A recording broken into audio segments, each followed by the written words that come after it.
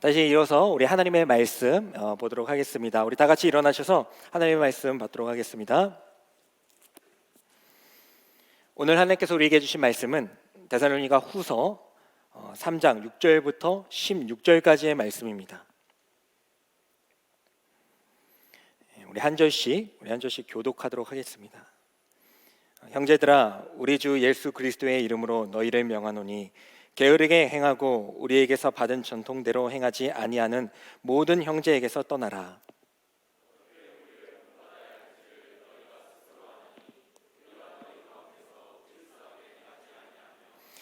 누구에게서든지 음식을 값없이 먹지 않고 오직 수고하고 애써 주야로 일함은 너희 아무에게도 폐를 끼치지 아니하려 함이니,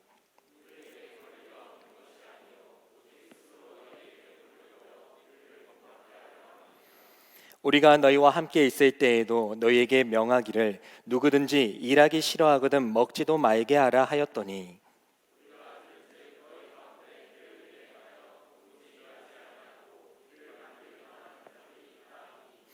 이런 자들에게 우리가 명하고 주 예수 그리스도 안에서 권하기를 조용히 일하여 자기 양식을 먹으라 하노라.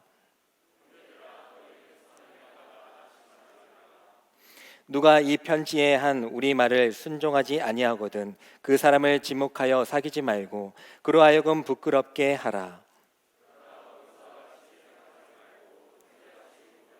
다 같이 읽겠습니다. 평강의 주께서 친히 때마다 일마다 너희에게 평강을 주시고 주께서 너희 모든 사람과 함께 하시기를 원하노라. 아멘. 이 말씀은 살아계신 하나님의 말씀입니다. 좀 무거웠던 우리의 주제를 함께 나눴습니다. 하지만 말씀드렸다시피 너무나도 중요하고 또 필요한 부분입니다. 우리가 신앙생활해서 우리가 지난 시간 데살로니가 교회에 대해서도 배웠지만은 마침 또 목사님께서 임박한 종말론에 대해서 이단들이 많이 그것을 이용한다라고 했었잖아요. 그래서 종말이 가까웠다 하면서 우리의 모든 인생과 물질들을 다 빼앗아가는 것이 바로 이단들의 특징인데, 데살로니가 후서도 마찬가지 그 내용을 함께 또 다루고 있습니다. 그래서 우리가 지난 시간 데살로니가 교회에 있었던 그런 어려움들, 문제들에 대해서 바울이 그 소식을 듣고 그렇구나, 그 성도들이 그런 어려움이 있구나, 그런 문제들이 있구나. 바울이 이제 잠시 머물렀다 간 교회고 신생교회다 보니까 예수님이 곧 오신다고 했었는데 언제 오시나 막 그런 걱정했다고 했었죠. 그래서 예수님이 분명히 다시 재림하신다, 다시 오신다라고 우리가 알고 있는데 왜 오시지 않는 거야 하면서 낭망하고 시험에 빠지고 다시 세상으로 돌아가는 그런 성도들이 있었다고 하지 않았습니까? 그래서 그런 성도들을 보면서 데살로니가 전서를 지었고 또 그 후에 또 업데이트된 소식을 듣고 쓴 편지가 바로 데살로니가 후서의 내용입니다. 그래서 재림에 관한 여러 가지 이야기가 있지만 오늘 특별히 우리가 함께 주목한 것은 바로 게으름을 경계하다라는 그런 말씀이에요. 그러니까 이제 얼마가 안 있으면은 종말이 임한다라는 것들이 이제 막 이단들이 성행하는 겁니다. 그곳에 있는 잘못된 신앙을 가진 사람들 얘기하는 거예요. 예수님이 곧 오신다고 했었잖아, 그지? 야, 근데 이미 오신 것 같아. 이미 오신 것 같아. 막 이런 말도 퍼뜨리고요. 그러니까 예수님이 오실 날은 아무도 알 수 없는데 이제 그날을 정해주거나 아니면 그날이 이미 임했다고 하면서 불안감을 조성시키게 된 것입니다. 그러면서 이제 그런 문제도 있었지만은 그 이단에 대해서 대처하지 못한 그런 문제도 있었지만 또 한 가지의 문제는 뭐였냐면 그것으로부터 파생된 문제가 뭐였냐면 자, 이제 종말이 임하게 된다는 거예요. 곧 임하게 된다는 거예요. 그럼 이제 두 가지 생각을 하겠죠. 열심히 깨어 있어서 믿어야겠다라는 그런 믿음도 갖게 되겠지만은 반대로 곧 오시는데 내가 뭐 일할 필요가 있나? 그렇잖아요. 이단들이 그렇잖아요. 이제 곧 오신다고 이제 날짜를 딱 박잖아요. 그럼 어때요? 그 이단들을 믿는 사람들은 어때요? 야, 그 날짜가 다가오게 되면은 일도 그만두고 가족들도 다 떠나가고 모든 재산도 몸 필요해요. 이제 며칠 뒤면 이제 종말이 나타나는데 그래서 다 바치는 그런 모습들이 이 데살로니가 교회에서도 나타났다라는 거예요. 그래서 바울이 그런 얘기를 듣고 그 잘못된 종말론을 가지고 일하지 않고 또 삶을 내려놓고 또 잘못된 신앙관을 가지고 살아가는 그런 성도들을 보고 오늘 데살로니가 후서의 내용을 다시 보낸 것입니다. 그래서 우리는 이 말씀을 통하여서 우리가 종말론을 가지고 살아가긴 하지만, 주님이 다시 오실 것을 알고 살아가기는 하지만, 그 가운데서 우리는 어떠한 삶을 살아가야 하는가, 그것에 대해서 오늘 함께 나누길 원합니다.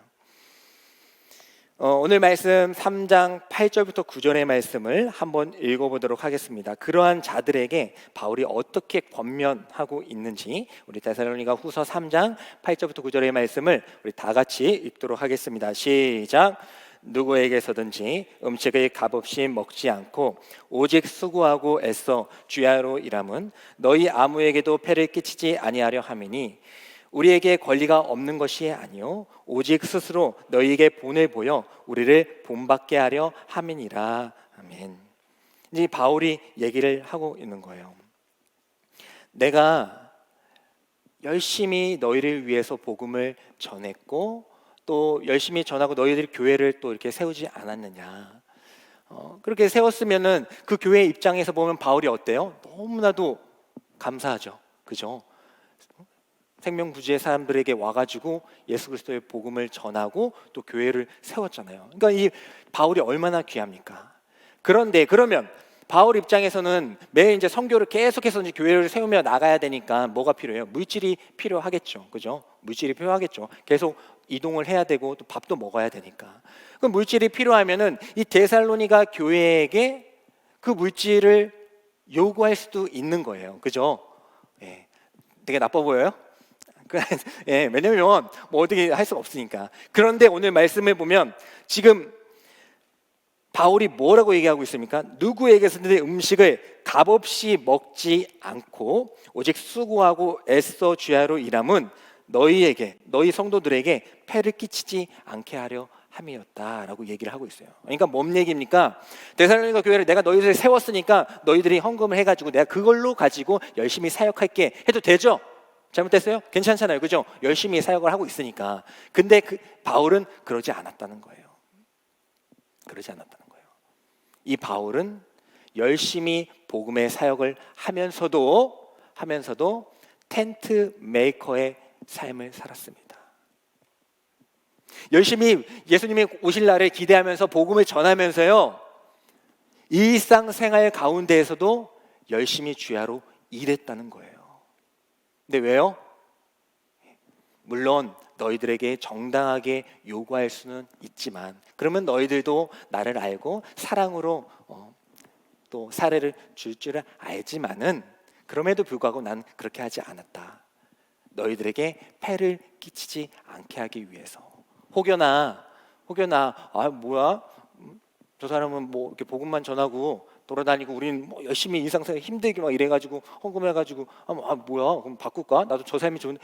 혹여나 이런 시험 드는 사람이 있을까봐. 또 교회에 또 필요한 곳이 얼마나 많겠어요. 교회에도 물질이 필요하잖아요. 어려운 사람도 도와줘야 되고 또 운영을 하기 위해서. 그럼 그 필요한 곳이 있는데 혹시나 그 바울에게 자신에게 들어오는 그런 것으로 인해서 필요한 곳에 쓰이지 못할까봐, 그런 폐를 끼칠까봐 바울은 일상생활 가운데에서도 열심히 수고했다라는 것입니다. 그렇게 안 해도 괜찮잖아요. 열심히 복음만 전하고 해도 괜찮잖아요. 하지만 바울은 이 데살로니가 교회를 위해서 텐트 메이커의 삶을 살았다는 거예요. 그러니까 복음을 전하는 일도 하면서 텐트를 만들고 수리하고 고치는 일도 열심히 했다라는 겁니다. 그래서 자비량을 가지고 선교를 한 거예요. 그리고 뭐라고 합니까? 본 받으라 라고 얘기를 하죠. 그러니까 이거는 그냥 단순히 다 모든 성도들에게, 데살로니가 교회 모든 성도들에게 한 얘기를 하기보다는 게을러서 예수님 곧 오시는데 뭘 그냥 대충 내 삶은 내려놓고 그냥 뭐 예수님 잘 믿고 살아가면 되지. 예수님 뭐 오셨다는데 뭐 이렇게 일할 필요 있나 하면서 이렇게 안일하게 살아가던 그 성도들에게 권고의 말씀을 전하고 있는 것입니다.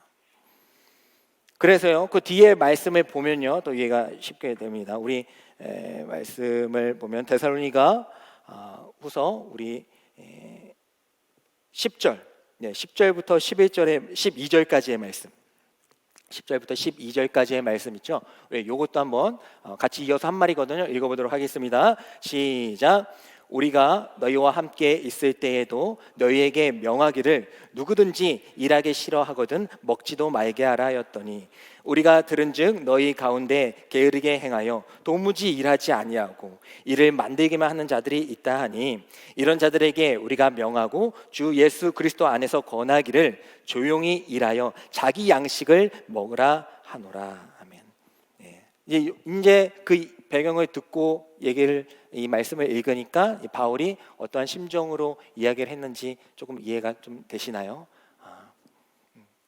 일상생활은 제대로 하지 않으면서 신앙생활만 하는 그런 분들이 계세요. 물론 열정을 가지고 우리가 가장 우선시해야 하는 그런 봉사와 섬김의 자리가, 놓치지 말아야 하는 예배 자리가 있지만은, 그럼에도 불구하고 오늘 이 말씀을 통해서 우리에게 도전하는 것은 반드시 우리 일상생활 가운데에서도 이 바울과 같은 마음을 가지고 성실히 주야로 일해야 한다라는 것입니다. 물론 그 전체적인 목적을 보면 같죠. 우리도 열심히 왜 일합니까? 여러분들 열심히 왜 공부해요? 그래서 요즘 훌륭한 쌤 해가지고 잘 먹고 잘 살기 위함이 아니잖아요. 우린 성도잖아요. 크리스찬이잖아요. 그럼 왜 열심히 그렇게 합니까? 물론 그것도 더불어 주시는 것이지만, 그렇게 함으로써, 열심히 수고하고 봉사함으로써 또 많은 것을 가지고 또 교회와 또 하나님의 나라를 위해서 궁극적으로 사용하기 위해서 열심히 우리가 수고하고 봉사하는 것 아닙니까? 그래서 이 바울의 이 권고를 통하여서 우리는 이 일상생활 가운데에서도 하나님이 원하시는 그런 삶을 살아낼 수가 있어야 하는 줄 믿습니다. 교회 봉사만 열심히 하고 삶 가운데에서는 내려놓고 주님만 잘 믿으면 되지, 기도만 하면 되지가 아니라, 그게 아니라 일상생활 가운데에서도 하나님이 원하시는 믿음의 삶을 보이는 것, 그것이 하나님이 우리에게 원하시는 것이라는 것이죠. 오늘 말씀의 제목을 보면 이상형보다 일상형이란 제목이에요. 지은 건데, 예전에 있었던 교회에서 제가 이제 여러분들 나이 때 그때 목사님이 설교를 하시다가 아내 얘기를 하시면서 이 아내는 나의 이상형이 아니다라는 충격적인 발언을 하셨어요. 이제 그 들은 청년들은 한 절반은 목사님 왜 지금 그걸 굳이, 약간 이런 표정으로, 걱정스러운 표정을 보고, 한 절반 정도는 이미 강은 건넌 것 같은데 좀 솔직히 더 한번 얘기해 보시라, 약간 응원하는 청년도 있었고, 어쨌든 간에 얘기를 하시는 거예요. 그래서 저는 이제 걱정스러운 마음에, 이제 저도 이제 신학생이었으니까 이거 듣고 보고 계실 건데 들어갈 텐데 막 이렇게 하고 있는데, 목사님께서 이어서 당당하게 말씀하시는 거예요. 제 아내는 저의 이상형은 아닙니다. 하지만 제가 결혼한 것은 저의 아내는 제 이상형보다 더 이상적으로 생겼기 때문입니다.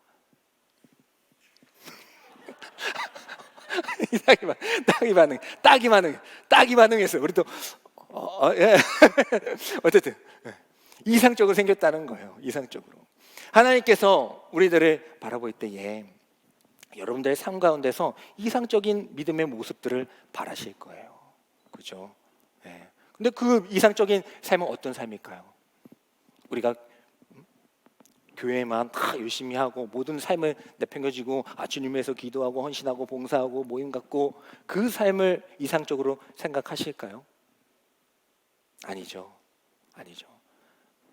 우리가 가장 중요한 것은 주님을 섬기고 예배하고 봉사하고, 그런 것도 우리가 중심으로 잡고 있어야 하지만은, 워라벨처럼 우리도 그 균형을 잡기를 원하실 것입니다.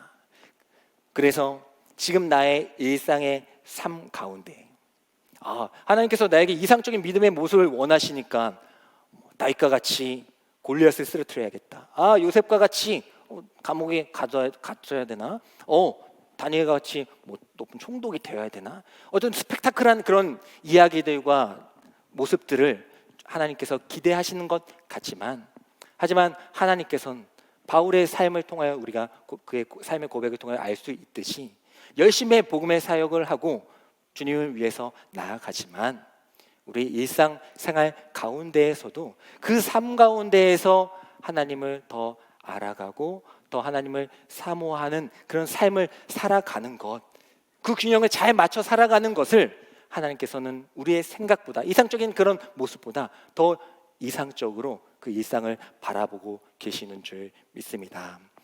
오늘 말씀은 길게 나누지는 못하지만은 제 의도는 하나님이 원하시는 말씀은 잘 전달되기를 원합니다. 하나님께서 여러분들에게 일상을 허락하신 것은 그 삶 가운데에서 하나님의 영광이 드러나길 원하시기 때문입니다. 다 아주 정말 그렇게 해가지고 스펙타클한 해가지고 일들 벌여가지고 막 대단한 해가지고 믿음의 모습, 막 결단하는 모습, 목숨 거는 그런 모습을 물론 나타날 수도 있어요. 하지만 모든 삶 가운데에서 그런 모습들을 바라보고 그걸 나는 그것만 기다리고 있다가 아니라 지금 변하는 게 없어. 지금 내 삶은 동일해. 계속해서 동일한 삶 같고 변하는 거 없는 것 같은 똑같은 반복되는 일상이지만 그 가운데에서도 하나님을 기억하고 하나님의 말씀으로 살아가려고 몸부림치는 그 일상의 삶, 그 삶을 하나님께서는 지켜보고 계시는 줄 믿습니다. 얼마 전에 PH상을 받은 한국 분이 계시죠. 허준희 씨인데요. 허준희 씨, 다 뭐 신문이나 매체를 통해서 보셨죠. 그러니까 수학계의 노벨상을 받으신 분이십니다. 수학계의 노벨상을 받으신 분이에요. 근데 저분이 이제 인터뷰를 하는 내용을 봤었는데, 사실 수학계의 노벨상을 우리 한국 사람이 받는다, 사실은 거의 뭐 불가능한 일이잖아요. 우리가 뭐 되게 획기적인 교육도 받았고, 하지만 어쨌든 교포이시긴 한데, 어쨌든 이분이 이제 인터뷰를 하는 내용을 듣게 되었습니다. 그래서 이분이 했던 내용 가운데 이분은 꿈이 시인이었대요. 시인이었대요. 근데 시인이었는데 꿈은 이루지 못한 거죠.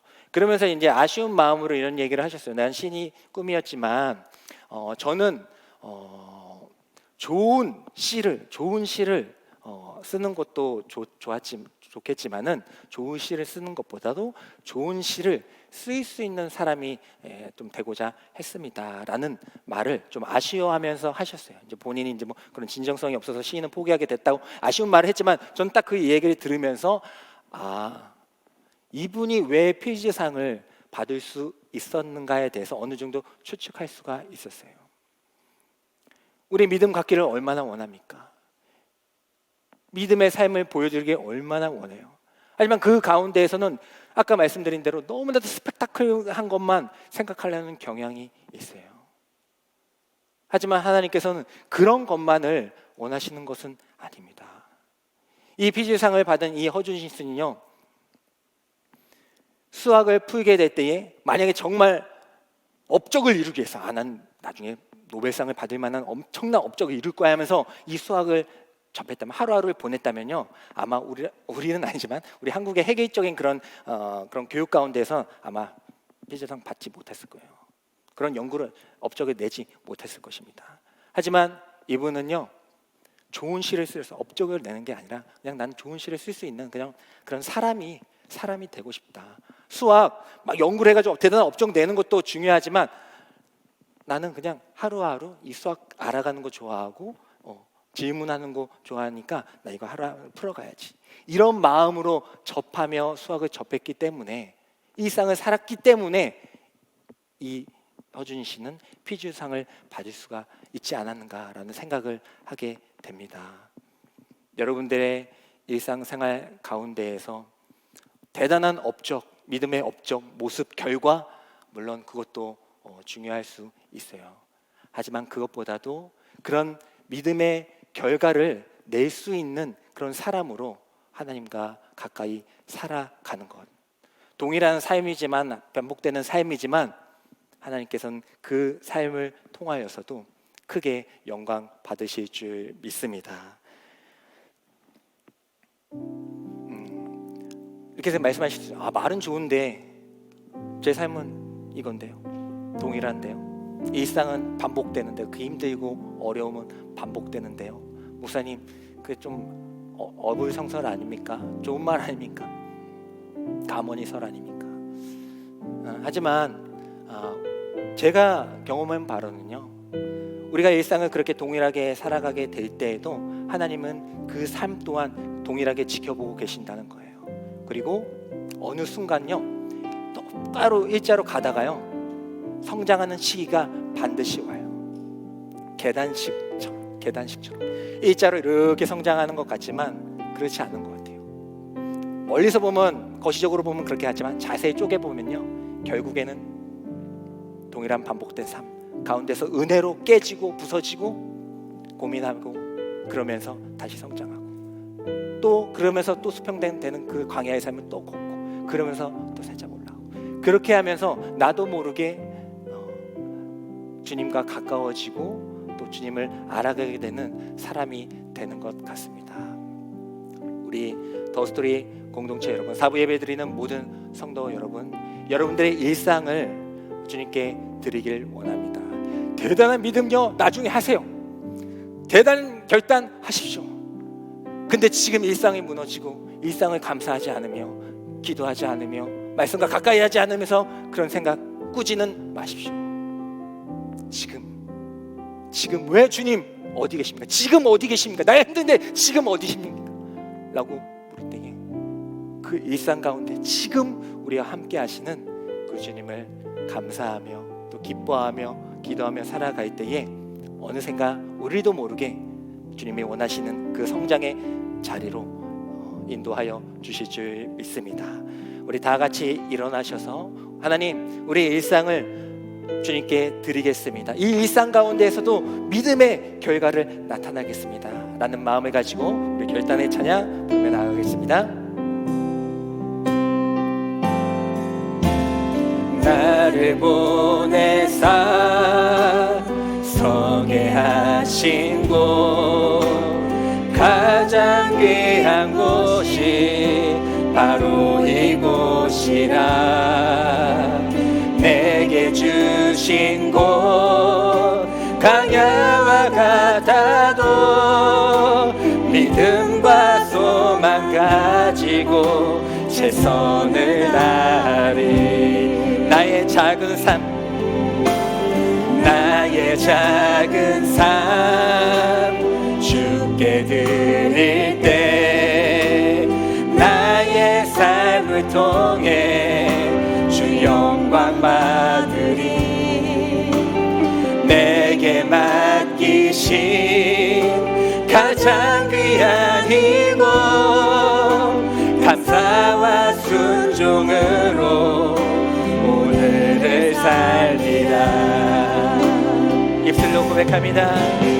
나의 일상을 통해 하나님께 영광을, 나의 일상을 통해 생명의 복음을 내게 맡기신 이곳, 나를 부르신 곳에 하나님의 나라가 이루어지길 원합니다. 나의 작은 삶, 나의 작은 삶 주께 드릴 때 나의 작은 삶을 통하여 주 영광 받으리. 내게 맡기신 가장 귀한 이곳 감사와 순종으로 오늘을 살리라. 나의 일상을 주님께 드리길 원합니다.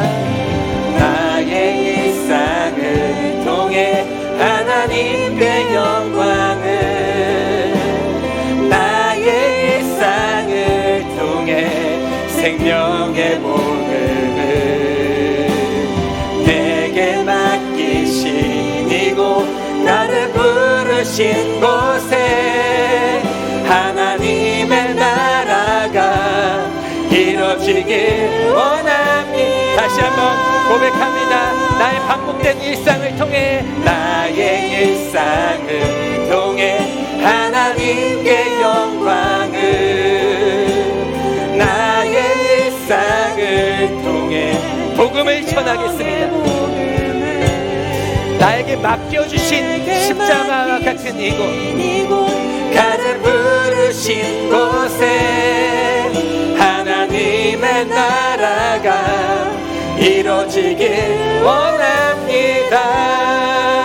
우리 기도하며 나가겠습니다. 하나님 아버지 감사합니다. 나에게 맡겨진 이곳을 통하여서 하나님의 복음이 이루어지게 하여 주시옵소서. 반복된 일상, 똑같은 일상이지만 그 가운데서도 대단한 믿음의 결과가 아니라 그 전에 이 일상을 통하여서도 하나님께 감사할 수 있는 믿음을 보여주게 하여 주시옵소서. 하나님 아버지께서 주신, 나에게 주신 이 십자가의 길 끝까지 걸어갈 수 있는 이 일상이 되게 하여 주시옵고, 이 일상을 통하여서 내 생명과 복음을 전할 수 있는 저희들이 되게 해달라고 오늘 이 한 가지 기도 제목을 가지고 주님께 나아가도록 하겠습니다. 주여, 주여, 주여.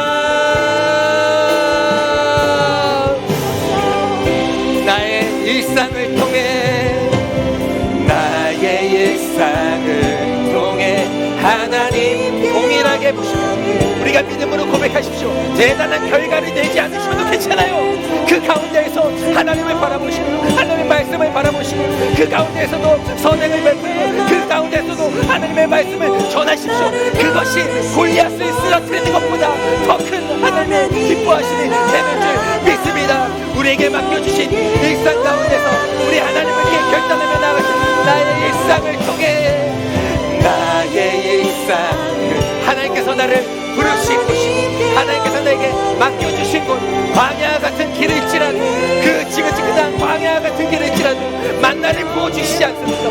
샘물을 내어주시지 않습니까? 그 가운데, 일상 가운데서 만나를 부으면서 하나님께 감사하시는, 만나를 부으면서 그 물을 먹으면서 하나님께 감사할 수 있는 저희들이 되기를 간절히 마지막으로 고백합니다. 나의 일상을 주님께 드립니다. 나의 일상을 통해 하나님께 영광을, 나의 일상을 통해 생명의 복음을 내게 맡기신 이곳, 나를 부르신 곳에 하나님의 나라가 동일하게 이루어지길 원합니다. 하나님 아버지 감사합니다. 우리가 주님 앞에 나아갈 때에 주님 앞에 잘 보이고 싶으니까요. 믿음 있는 사람으로 살아가고 싶으니까요. 골리앗도 무너뜨리고 싶고, 요셉과 같이 감옥에 갇히고 누명에도 갇히고 싶고, 또 다니엘과 같이 총독이 되고 싶은 그런 마음들이 우리 가운데 있지만, 하나님 아버지께서는 우리의 일상 가운데에서도 그 모든 것들을 동일하게 보시는 그 하나님이심을, 우리의 이상적인 그런 믿음의 모습들만 바라보시는 것이 아니라 우리의 일상 가운데에서도 하나님 죽겠지만 그럼에도 하나님 바라봅니다. 하나님 너무 힘들지만 내 옆에 계신 하나님을 믿습니다. 어떻게 해야 될지 갈 바를 알지 못하겠지만 그래도 하나님이 나를 바라보고 계십니다. 내 몸이 낫지 않지만 그래도 저는 하나님을 찬양합니다 라는 이 일상의 고백이 어떤 골리앗을 쓰러뜨리는 것보다도, 어떤 스펙타클한 믿음의 모습보다도 하나님께서 기뻐하시는, 영광 받으시는 일상의 삶이 되는 줄 믿습니다. 그 삶 가운데서 복음을 전하십시오. 생명으로 살아가십시오. 그렇게 살아갈 수 있는 저리 되기를 간절히 소망합니다. 예수님의 이름으로 기도드립니다. 아멘. 지금은 우리 밑바닥까지 함께 하시며 두리번 거릴 때에도 우리 안에 들어와 계셔서 주님께서 우리와 함께 하심을 알려주시는 예수 그리스도의 은혜와, 우리 일상 가운데 원망하고 불평할 것이 너무나도 많지만은 그때마다 말도 안 되는 하늘의 만나를 내려주시고, 말도 안 되는 바위에서 물을 내시며, 그럼에도 불구하고 하나님을 계속해서 바라보길 원하시고 길을 열어주시는 하나님 아버지의 사랑과, 하나님 아버지 이제는 복음을 들고 살아가겠습니다. 이제는 이 일상 가운데서도 항상 기뻐하고 기도하고 감사하며 살아가게 하시는 그 모든 것을 이루시는 성령 하나님의 감화 교통하심이 이 자리에서 예배드리고 있는 모든 성도들의 머리 위에, 우리 더스트리 공동체 위에 어디선가 또 함께 울부짖으며 기도하고 있는 우리 청년들 가운데 지금부터 영원까지 함께 하여 주시기를 간절히 축원하옵나이다. 아멘.